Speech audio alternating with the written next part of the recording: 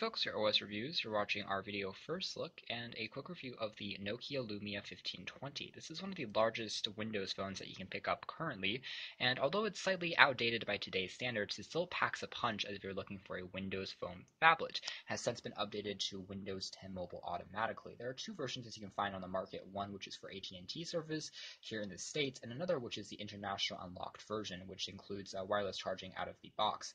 Otherwise, the specifications are the same. It includes a Snapdragon 800 processor, which is a quad-core chip clocked at 2.2 gigahertz. Again, not the latest and greatest anymore, but still fast enough for most games as well as for multitasking and playing back various apps.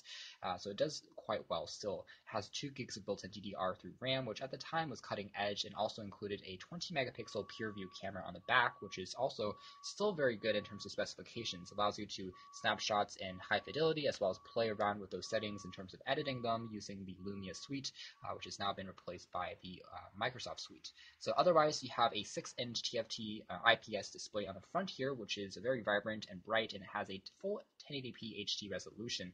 Other features include access to, of course, GPS, Bluetooth Wi-Fi, and 4G LTE. On the sides here, you have access to a nano SIM card slot in addition to a micro USB port for expanding the built-in 16 gigabytes of memory. As you can see here, for such a large phone, it is fairly slim and overall very sleek looking. The bottom also features access to a micro USB port for charging. It takes about 3 hours to completely charge, and then it's going to last you for about 2 days since the battery on here is so large. And there's also a rear-facing speaker, which is loud, but unfortunately slightly on the tinier side of the spectrum if you crank up the volume.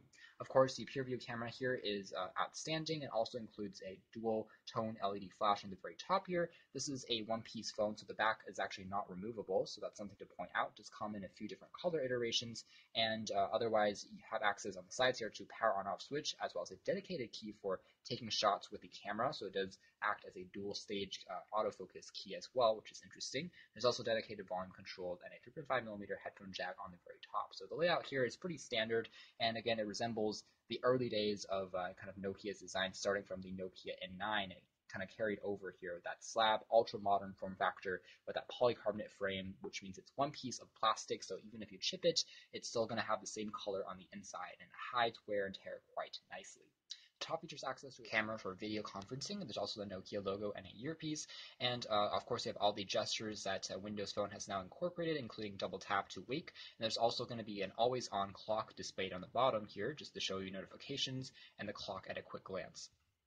So if we double tap here, you can see that it turns on pretty quickly, and there's 3 capacitive controls which are backlit as well, which correspond to the Windows, back, and search keys. So if we slide all the way up here, you have again access to this pretty typical Windows 10 layout, which has since been updated. You have access also to your list of commonly used applications if you slide to the right, and there's also a universal search on the very top here.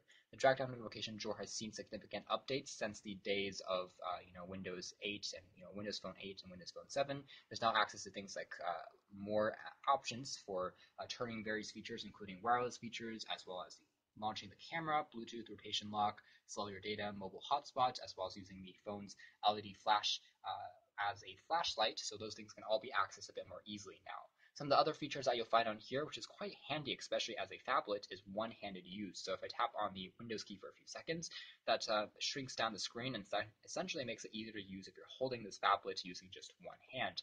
When you're done, you can just tap on the top there just to exit out of that. Otherwise, again, the screen here is extremely bright and vibrant. It offers Nokia's pure black technology, but one of the limitations is going to be that viewing angle, which, although good, isn't outstanding. Sometimes if you tilt it too significantly, colors do get slightly more muddled and washed out. Otherwise, you have access to commonly used apps such as, of course, Microsoft Edge. There's Cortana support here for voice searching. It does require you to set up a Microsoft account, so if you aren't tied into the Microsoft ecosystem yet, and you're currently using just Gmail apps, that's something to take note of. The App Store here is still not as great as something like the Android App Store or the iOS Store, but it still is growing, and you have access to some very good productivity tools, including, of course, the full version of Microsoft Word, PowerPoint, Excel built in. So if you are using this for work, as well as linking this up maybe to a larger screen, it does make for a pretty compelling productivity tool. So businesses might still like this whole Windows ecosystem, including Windows Phone. So other things on here, not too much bloatware going on. Some basic AT&T apps, since this is the AT&T version, including AT&T Locker, Navigator, Radio, some other things from Nokia as well. But since then, a lot of these features have been slowly phased out. Here, Maps is still available, allows you to navigate using offline apps that you can download ahead of time using the phone's GPS, and that works quite well. There's also access to news, which is kind of similar to Blink Feed and takes in all of your various preferences as well as categories that you like, and then integrates them together in this one platform. There's the Windows Store, some music playback and video playback sources. There's a wallet app on here as well, Xbox app, and otherwise some of the Lumia specific apps which no longer work include Lumia Beamer, which is unfortunate because it was one of the more interesting apps that we saw from Nokia. So it allowed you to wirelessly transfer whatever is being displayed on your phone onto a larger screen, such as a computer screen or a smart television that has Wi-Fi, by scanning a code on your monitor, and afterwards it's going to beam information wirelessly. So that was something that was interesting that unfortunately cannot be used anymore. With that being said, it's since been replaced by maybe hardwiring, so you can use a OTG to a micro HDMI port and then use it that way. And there's other apps that you can maybe find third party from the store these days. So anyways, this is a quick